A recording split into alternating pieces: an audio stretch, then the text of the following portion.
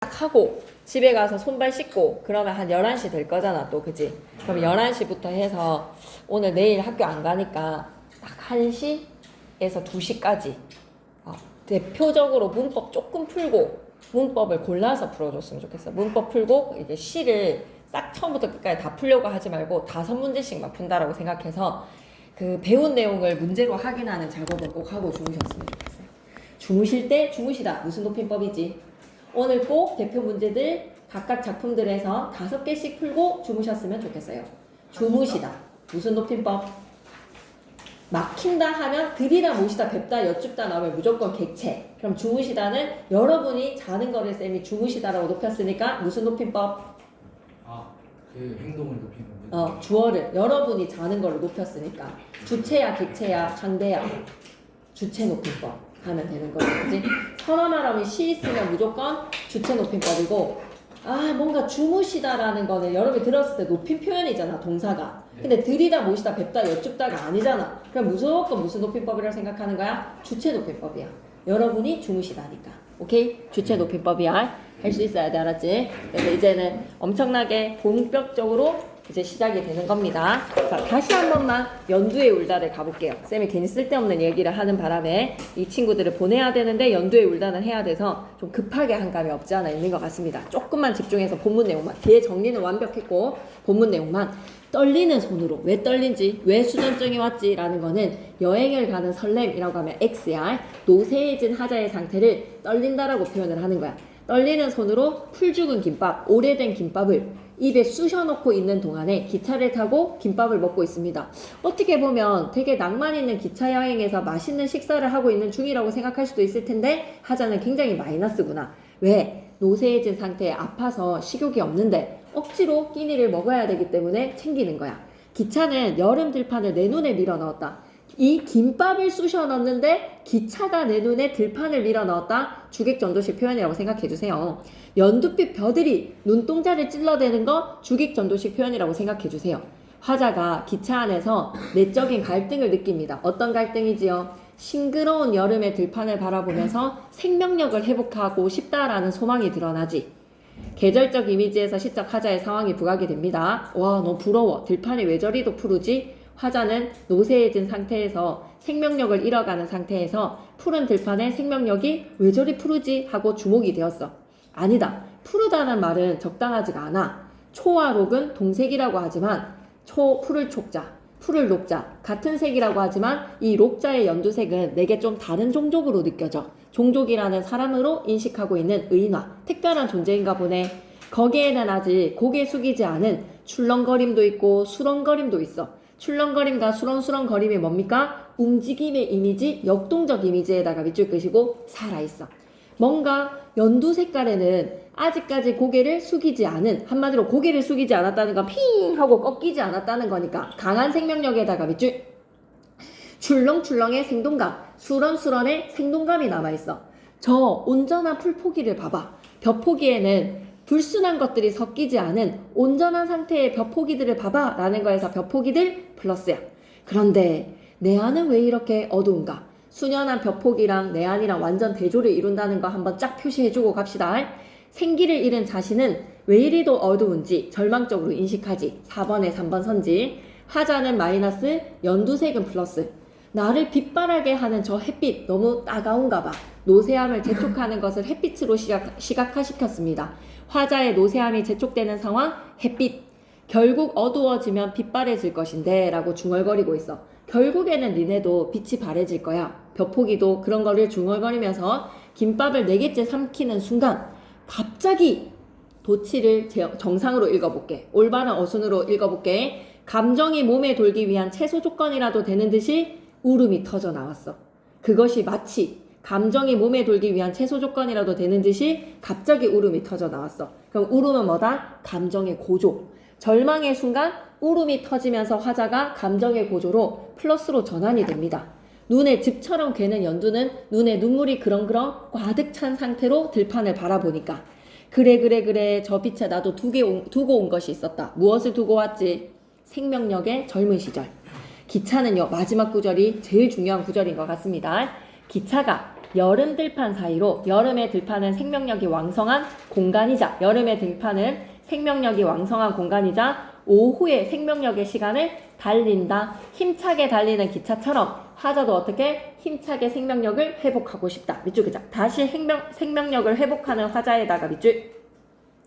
자, 그래서 계절적 위에다가는 여름, 시간적 배경 위에다가는 오후.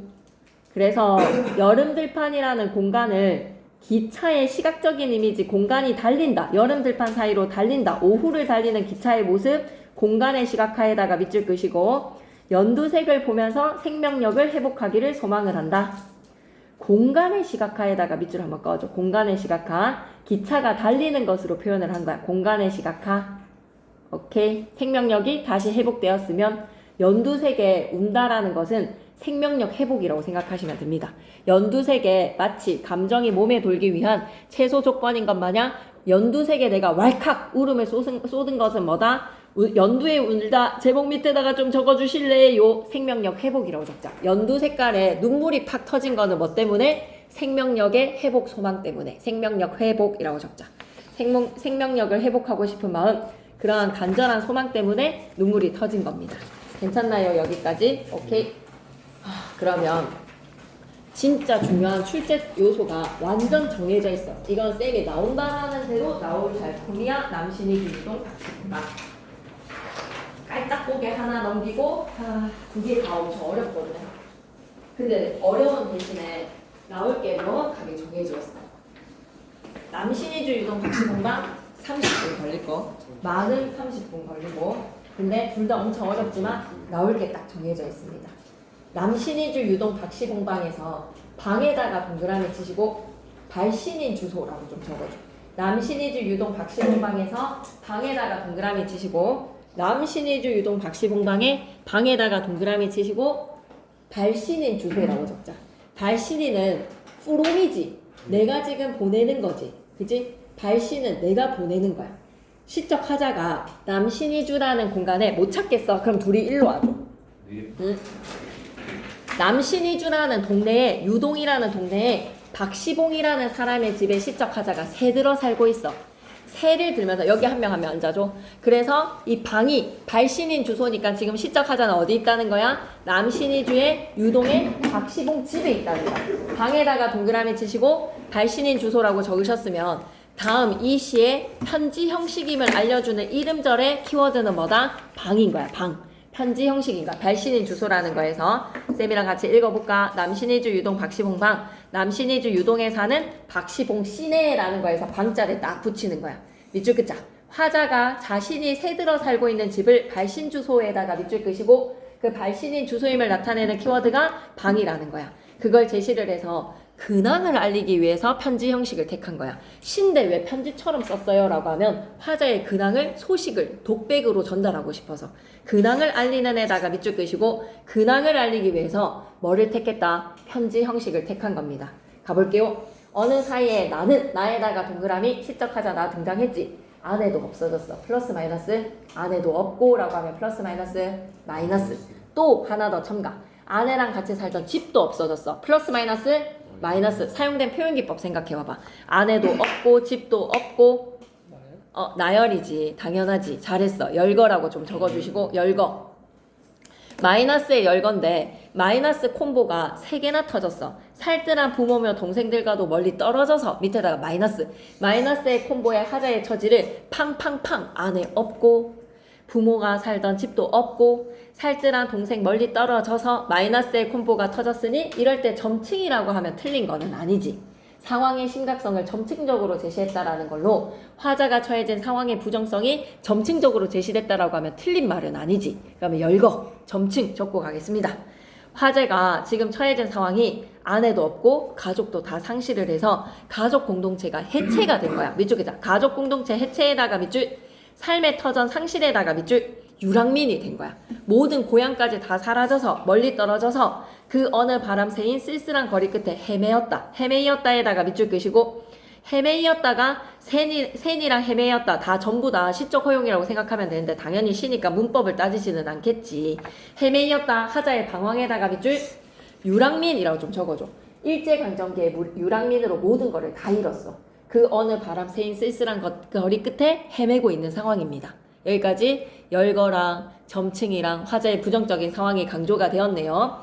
바로 날도 저물어지고요. 바람은 더욱 세게 불고 있고요. 추위는 점점 더해오고 있습니다. 추위는 점점 더해오는 데에다가 밑줄 끄시고 현실적 고난과 실현에다가 밑줄. 그러면 이런 선지 괜찮지? 계절적 이미지를 활용을 해서 화자가 처해진 부정적 현실을 강조한다. 밑줄 끄자. 계절적 이미지를 활용해 화자가 처한 상황을 부각에다가 밑줄. 괜찮니? 바람은 더욱 세게 불고 추위는 점점 더해오는 데까지. 괜찮니? 여기까지. 나는 어느 목수.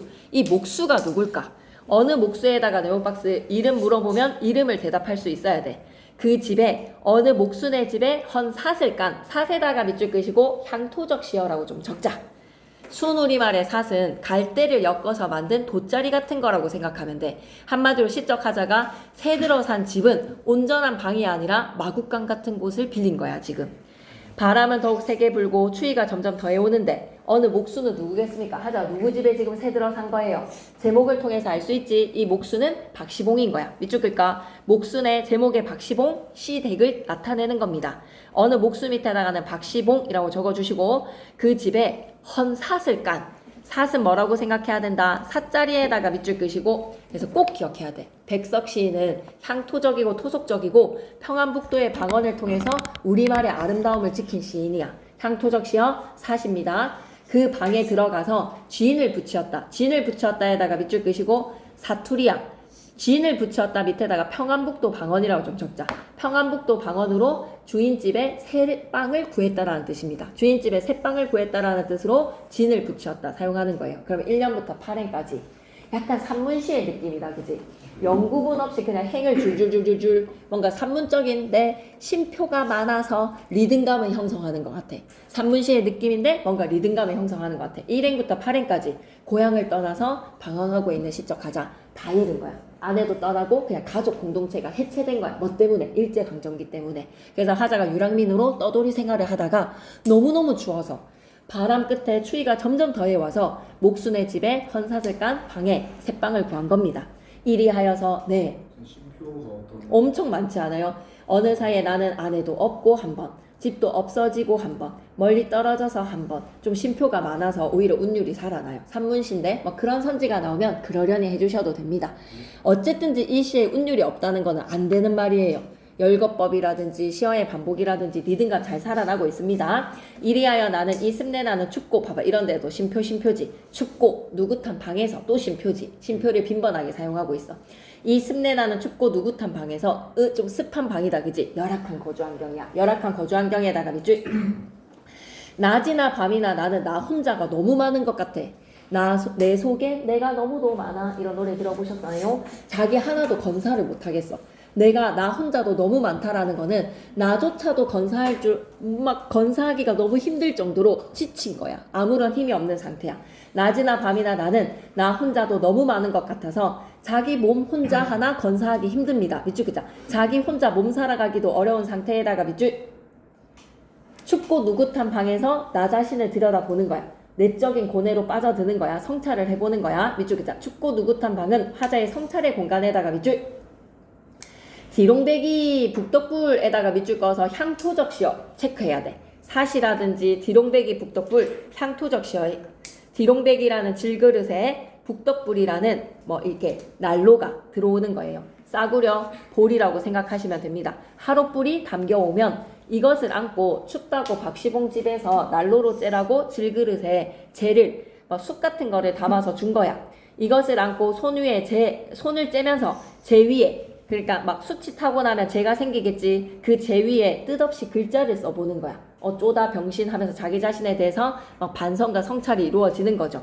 재 위에 뜻없는 글자를 바보야, 등신아, 또 문 밖에 나가지도 않고 약간 이거 뭐라고 희꽃기몰이 우울증 환자가 되어버린 거다. 그지? 문 밖에 나가지도 않고 자리에 누워서 머리에 손깍지 베개를 하고 뒹굴뒹굴 거리기도 하면서 이런 상태를 우리는 뭐라고 한다? 무기력에다가 밑줄. 모든 거를 다 잃어버린 청년이 무기력의 상태인 거야.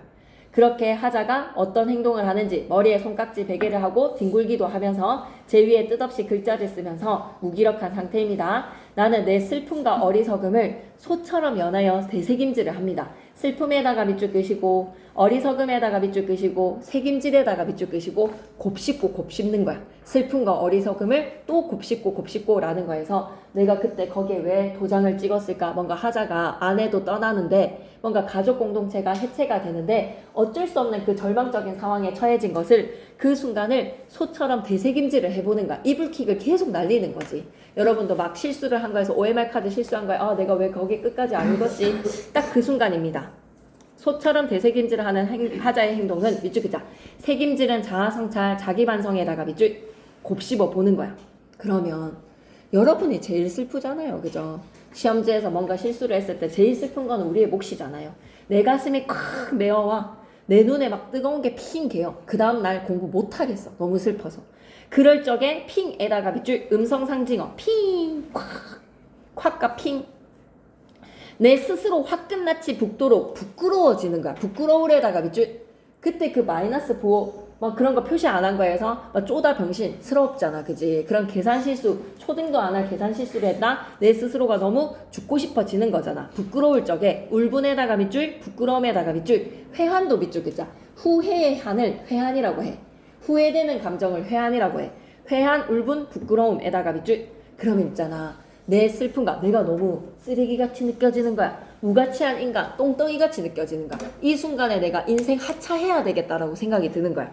내 슬픔과 어리석음에 눌리어서 밑줄 그자. 죽을 수밖에 없는 것을 느끼는 것이었다.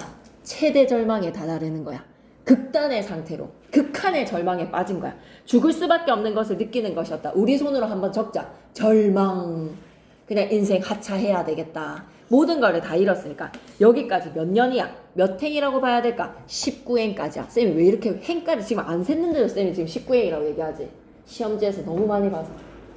쌤이 막 다른 쌤들도 막 김정쌤 지금 막 어떻게 하고 계시겠나 교과서 안 보고 막 고전시가 막 나란 말씀이 중기계다 막 이런 거 줄줄줄 하는 것처럼 박시봉 늘 시험에서 나올 때의 포인트는 뭐다? 1행부터 19행까지 하자의 지금 마이너스는 설상가상이야. 엎친 데 덮친 격이야. 그래서 하자가 그 회한과 그 부끄러움과 그 자신의 그 후회의 순간에 이제는 뭐까지?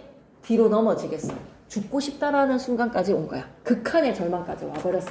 그 다음 장으로 넘어가 볼까? 그러나 에다가 세모 완전 시상이 뒤집어지지. 몇 행에서? 20행에서. 그러나 앞에다가 뭐라고 적어야 돼? 20행에서. 20행 그러나에서 화자가 뭔가 달리 생각하는 마음이 생긴 것 같아. 그러나 죽고 싶은 이 심정에 그러나면 그럼 죽고 싶은 거 이제 뒤집어진 거야. 안 죽고 싶어지는 순간이야. 잠시 뒤에 나는 고개를 들어 위로 화살표 상승입니까 하강입니까 라고 하면 상승이야. 고개를 들었어. 상황의 반전에다가 밑줄 허연 문창을 바라보든가 또 눈을 떠서 높은 천장을 쳐다보자. 높은 천장을 쳐다보는 것에다가 밑줄 끄시고 또 위로 화살표. 시적 하자가 지금 절망에서 몸부림치는 거야. 희망으로 바꾸기 위한 상승적 이미지에다가 밑줄 화자가 몸부림쳐. 이때 나는 내 뜻과 내 힘, 내 뜻과 내 힘에다가 가로로 묶자. 내 뜻, 힘, 가로로 묶어서 의지라고 적자. 여러분의 의지로 공부 엄청 열심히를 해서 모든 것들이 착착착 순리대로 돌아가는 거 그거 있잖아. 사실 좀 힘들어요. 공부를 엄청 많이 했다라고 생각하는데 생각보다 결과가 안 좋아질 수도 있어요. 사실상 여러분. 생각지도 못한 실수 중간고사 때 나올 수도 있어요. 근데 그게 끝은 아니라는 거지.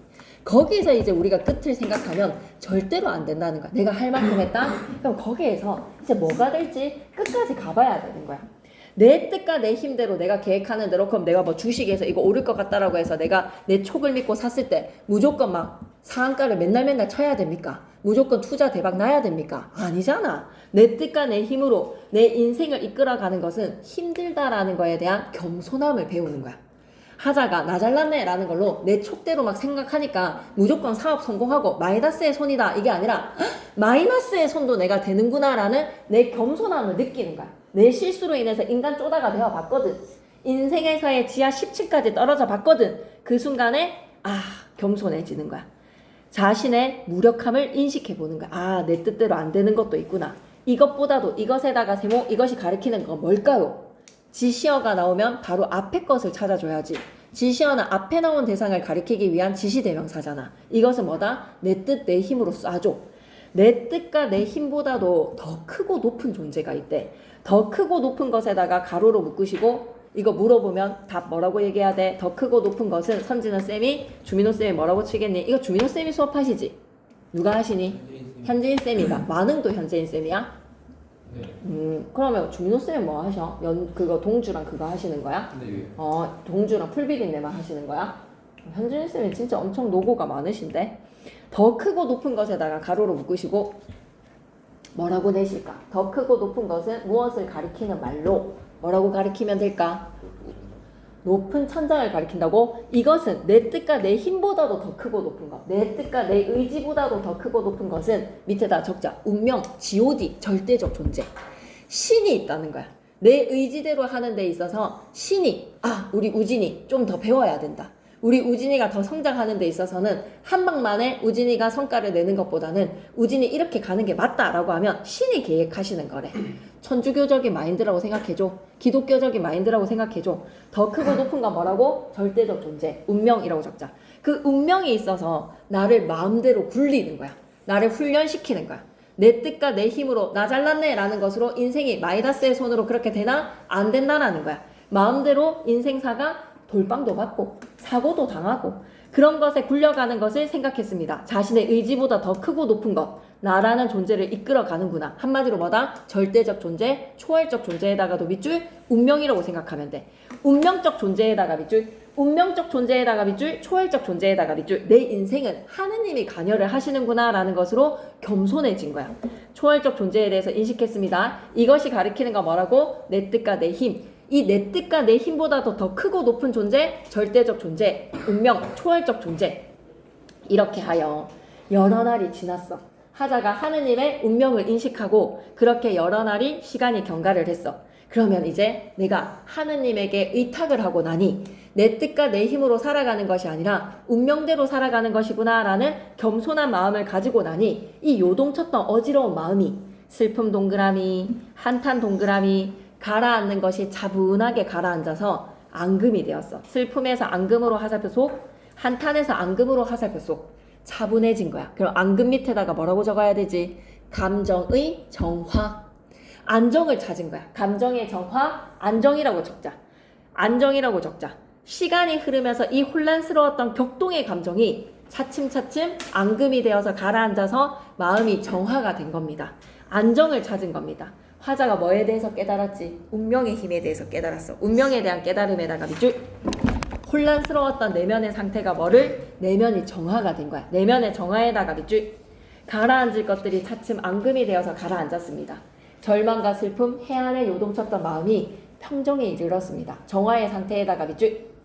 이렇게 마음의 안정을 찾았어. 근데 다시 외로운 생각이 들 때가 있어. 외로운 생각이 드는 때에다가 마이너스.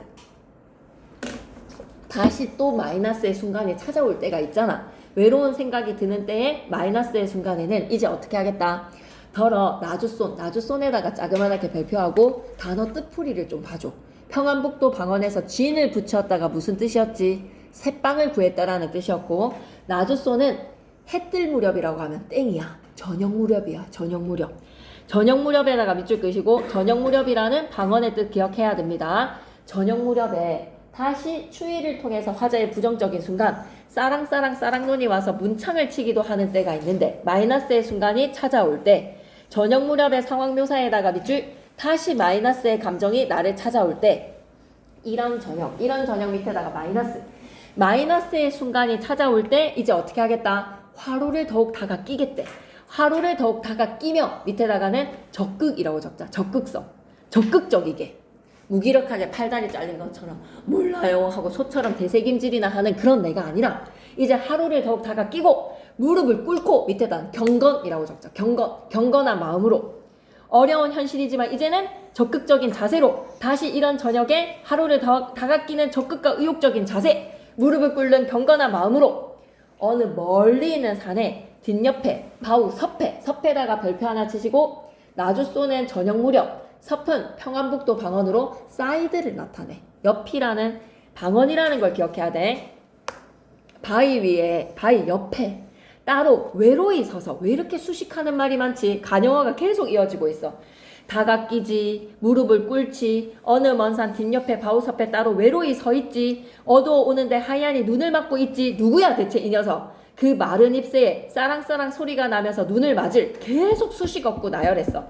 내가 하루를 다 깎이고 무릎을 꿇어서 뭐를 생각해 보겠대. 다 갈매나무를 수식하는 말들이구나. 어느 먼 산 뒷옆에 바우섭에 따로 외로이 서서 어두워오는데 하얀이 눈을 맞고 있는 마른 잎새에 싸랑싸랑 소리가 나면서 눈을 맞는 드물다는 굳고 정한 갈매나무를 생각하는 것이다. 갈매나무에다가 네오박스 치시고 별표 3개 시험 문제로 무조건 나와줘야지. 그러니까 한마디로 다시 의욕적으로 살아보려고 의지를 가지는 것이다 라고 시적하자는 얘기하지 않아. 외롭게 혼자 쌀랑눈을 맞고 있는 굳고 튼튼한 깨끗한 맑은 갈매나무를 생각한다 라는 것으로 화자의 의지를 간접적으로 제시한 거야. 갈매나무 밑에다가 뭐라고 적고 가야 돼? 의지표상이라고 적자. 화자와 동일시대는 하자가 어떻게 살고자 하는지의 삶의 자세, 의지표상은 갈매나무야. 갈매나무라는 나무를 생각한데 어떻게? 무릎을 꿇고 하루를 더욱 다가 껴서 눈을 맞으면서 깨끗하고 단단하게 서 있는 갈매나무의 이미지가 화자로 하여금 저렇게 살자는 거야. 흰 눈을 맞고 있는 소나무처럼, 눈을 맞고 있는 갈매나무처럼 그 어떠한 시련이 와도 나는 운명의 힘에 의탁하면서 이 시련을 극복하겠다는 거야. 시련을 극복하겠다라는 자세를 기억하시면 되겠습니다. 밑줄 긋자. 삶의 고달픔과 외로움에다가 밑줄 내면적 고뇌로부터 벗어나자. 갈매나무를 통해서. 그래서 갈매나무를 우리가 뭐라고 불러야 되지? 예비고일 때 뭐라고 배웠어 이거? 화자가 동일시하는 마지막 뭐라고? 화자가 동일시하는 뭐라고 얘기하려 했는데? 아니 이거 갈매나무 약간 낙락장성이랑 비슷비슷. 맞아. 그 이미지야. 낙락장송에 눈을 맞고 있는 소나무지. 매화, 국화, 소나무, 대나무의 이미지랑 똑같아? 그거랑 연결시킬 수 있어. 갈매나무에 링크 걸으라고 하면 소나무, 대나무, 매화, 국화야. 국화는 설이 맞으면서 꽃 피우지. 매화는 눈이 내리는데 꽃 피우지. 낙락장송의 이미지 맞아. 그래서 갈매나무는 뭐라고? 객관적 상관물. 하자와 동일시대는 객관적 상관물. 쌤 주는 문제 갈매나무의 이미지랑 동일한 거 찾으라고 하면 그거 찾으면 돼. 낙락장송, 매화, 국화, 소나무, 대나무 찾으면 돼. 오케이? 자, 그러면 우리는 핵심 정리로 가겠습니다. 하자의 상황은 하자가 나라는 표면의 하자로 등장을 했죠. 가족이랑 떨어져 있죠. 가족과 떨어져에다가 밑줄 끄시고 완전 무기력의 상태로 빠져버렸어. 슬픔과 어리석음으로 점철됐다라는 것은 점지어서 따다다다다다 그걸로 다 채워져 있다는 거야. 그래서 시적 하자는 자기의 인생을 들여다봤어. 일제강점기 무기력한 현실에 대해서 밑줄 끄자. 일제강점기 무기력한 현실 대응 방식에다가 밑줄 시련을 극복하자라는 거야. 얘들아, 운명에 저항하자라고 하면 O일까 X일까? 절대 안 돼. 운명은 순응해야 돼. 시적 하자가 운명이라는 하느님한테는 저항하는 게 아니라 어떻게 할 거야? 순응할 거야. 그럼 하자는 뭐에 저항하는 거야? 시련에 저항하는 거야. 화자가 처해진 힘겨움의 현실에 저항하는 거야. 힘겨움의 현실에 저항. 그 다음 장으로 계속 이어갑니다. 그래서 화자는 19행까지는 체념적 위에다가는 절망적이라고도 적자. 19행까지 하자는 체념적이었는데 20행에 그러나부터 하자는 어떻게 바뀌었다? 의지적으로 바뀌어요. 3쪽 같죠? 슬프고 부끄러운 삶을 자신의 숙명으로 받아들이면서 체념을 하다가 체념에다가 밑줄 갈매나무에다가 네모박스 별표 셋 운명의 힘을 깨달은 시적 하자는 갈매나무를 통해 밑줄 그자 현실의 고난을 극복에다가 밑줄 굳건한 삶의 의지에다가 밑줄 18행에서는 방황하고 있는 유랑민의 상태를 보여줬습니다. 쓸쓸하고 상실감의 상태였죠. 지난날에 돌아보면서 죽음을 생각했습니다. 죽고 싶다. 회한과 절망에다가 밑줄 무력의 상태에서 운명의 존재를 생각했어. 그 운명의 존재가 바로 뭐였다? 내 뜻과 내 힘보다도 더 크고 높은 존재. 눈을 막고 있는 갈매나무를 생각하면서 하자는 이제 어떻게 할 거야? 이 시련을 극복할 거야. 갈매나무는 굳고 정한 갈매나무야. 굳고 정한 이미지에다가 밑줄 정하다는 것은 깨끗하다라는 것입니다. 의지의 표상에다가 밑줄 희망에다가 밑줄 객관적 상관물에다가 밑줄 향토적 시어 겁날 많이 사용됐지. 사세다가 뒤롱대기 북덕불 바우섭 섭은 옆이라고 얘기했고 지인을 붙이었다라고 하면 방언으로 무슨 뜻? 새빵을 구하다. 그리고 나주 쏘는 무슨 뜻이었죠? 저녁무렵. 방언의 뜻도 기억해놔줘. 절망에서 희망으로 시상이 전환이 되었어. 유랑하고 무기력한 무의미한 삶에서 자살 충동. 근데 시적 하자는 어때요? 굳고 정한 갈매나무에 대한 생각 그리고 운명에 대한 순응 운명론적인 태도로서 의지를 다집니다. 방황과 극복, 새로운 삶의 다짐 어조의 변화를 통해서 시상을 전환을 했다. 그러나에서 20행이라고 적어줘. 그러나 위에다가 20행 절망과 비관에 빠졌던 시적 화자가 희망을 꿈꿉니다. 왜 편지 형식을 택했죠? 근황을 알리기 위해서. 그래서 발신인 주소에다가 밑줄, 방에다가 별표 3개, 편지를 보낼 때 세대주의 이름을 붙이기 때문에 편지 형식을 알려주는 이름절은 방이야. 독백체야. 자기의 성찰이지, 그지? 밑줄 끌까? 성찰에다가 밑줄. 와, 산문적인 진술로 행과 연의 구분이 뚜렷하지 않아. 근데 쉼표를 통해서 운율은 잘 살아났어. 산문적 운율에다가 밑줄, 쉼표의 사용으로 말이야. 호흡이 조절이 되고 하자의 상황과 내면이 구체화되었어. 반복에 뭐뭐하며 뭐뭐하는 것이었다라는 반복을 통해서 운율 형성. 무기력했던 지난 삶에 대해서 반성을 하고 새로운 삶에 대한 의지를 다지자. 괜찮죠, 여러분? 오늘 딱 집에 가서 한 5문제 정도만 풀면 바로 감이 잡힐 거예요. 기억이 안 휘발되게 바로 문제를 풀어보는 게 좀 좋을 것 같습니다. 그 다음에 이제 하이라이트가 많이에요. 진짜 어려워요. 근데 우리 예비고일 때는 했던 거는 좀 기억나십니까? 네, 그렇게 말해주면 너무 좋죠. 네.